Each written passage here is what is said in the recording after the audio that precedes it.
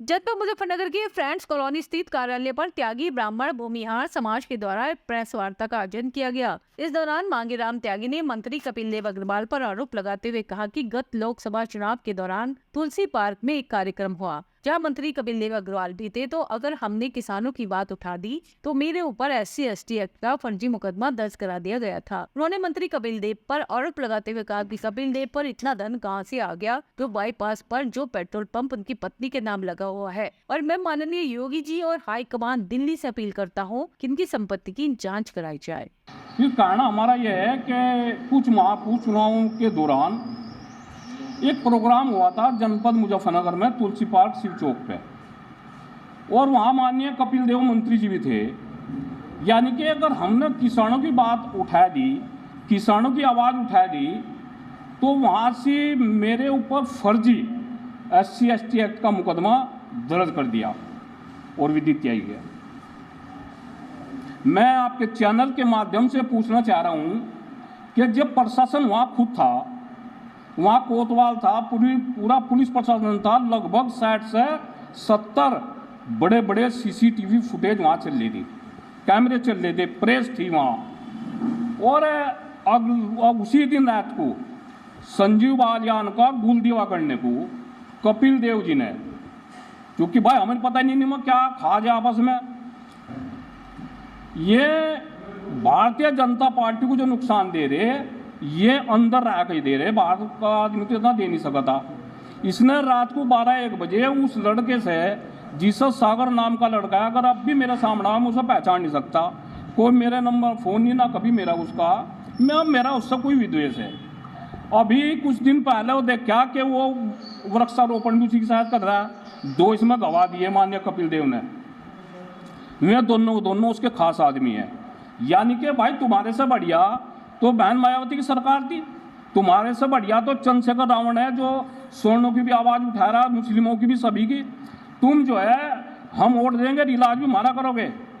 कपिल देव माननीय मंत्री जी सुन लो बात, मांगेराम त्यागी आज तुम्हें चेतावनी दे रहा है, जो हाल संजीव बालियान का हुआ ना यही तुम्हारा होगा, और तुम कई जनपदों को लेकर बैठोगे कहीं। और मेरी माननीय योगी जी से और अमित शाह से और चौधरी भूपेंद्र जी से निवेदन है, अगर यही हाल इस मंत्री का रहा ना, क्योंकि ज़्यादा स्वर्ण जो है 99% और भाजपा को दे रहा है, SC/ST एक्ट का प्रयोग होना चाहिए। मैं भी इसके फेवर में हूँ, लेकिन जिन दलित भाइयों का उत्पीड़न हो रहा है उनकी होना चाहिए। जो फर्जी करा रहे हैं ना, इसका मुंह तोड़ जवाब दिया जाएगा। गोली खाने को तैयार है, यह तो SC/ST एक्ट। और उस दिन कहाँ गई थी भाई भारतीय जनता पार्टी? नंगा नाच हुआ था मेरठ में, वाकई में उसके साथ वहाँ लगनी चाहिए थी SC/ST एक्ट। वो सब मैनेज किया गया अधिकारियों के द्वारा। यहाँ के SP सिटी को, CO को और कप्तान को सब पता है, यहाँ के DM को पता है कि मामला फर्जी है, फर्जी है। कुछ अधिकारी भी भारतीय जनता पार्टी का इलाज करने में लगे हुए हैं। मैंने CO को 3 बार फ़ोन मिला, फ़ोन नहीं रिसीव हो रहा उस दिन से। जब उसने हमें बुलाया ऑफिस में, हम गए और खुद CO साहब और अधिकारी माने कि हाँ मामला फर्जी है। अभी 12 तारीख लग रही इसमें।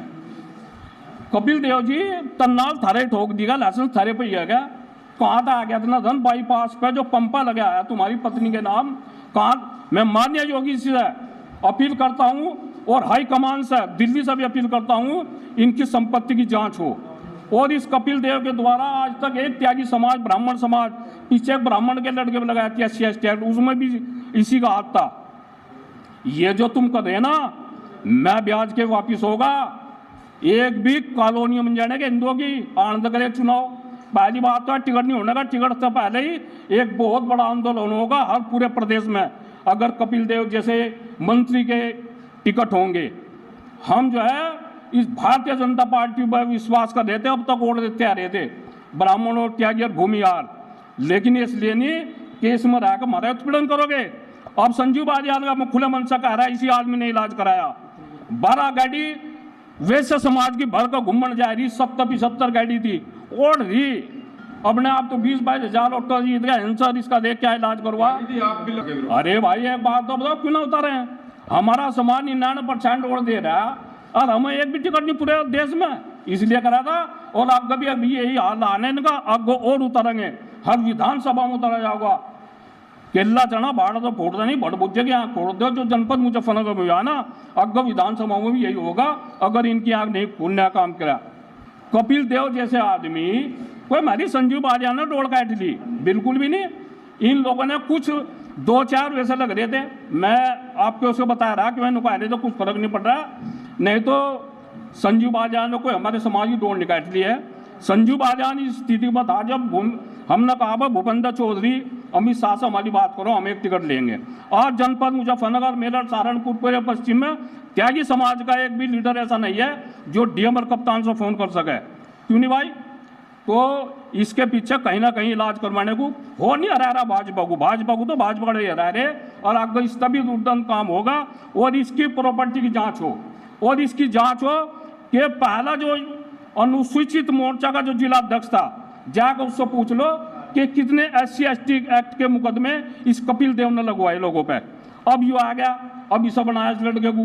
भाई अगर मांगेराम त्यागी पे कार्रवाई करनी, कपिल देव जी इन्हें क्यों ला रहा है? SC विचारक बीच में तो हमारे भाई हैं। मांगेराम त्यागी खुले मन से कह रहा, कम से कम 100 अनुसूचित जाति के लोग ऐसे हैं जो रात को हॉस्पिटल में लाए, उनको सुख दुख में मैं मेरी साथ हूँ, मैं उनकी साथ हूँ।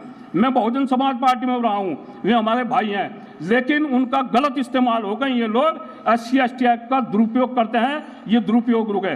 SC/ST एक्ट लगती मेरठ में, जहाँ मंत्री के द्वारा एक दलित समाज के पार्षद के साथ मारपीट करी जा रही, वहाँ तो इन्हें साफ सुन गया अधिकारियों को। और कुछ अधिकारी भी लग रहे हैं जो भारतीय जनता पार्टी का इलाज हो। मैं इस मामले को माननीय योगी जी और भूपेंद्र चौधरी, चाहे मुझे अमित शाह के पास जाना पड़े, बहुत जल्दी मुलाकात होगी। ये भी मेरे पास पूरे आंकड़े हैं कि बहुत जल्दी होगी और इनकी कलई खोलने का काम करूंगा।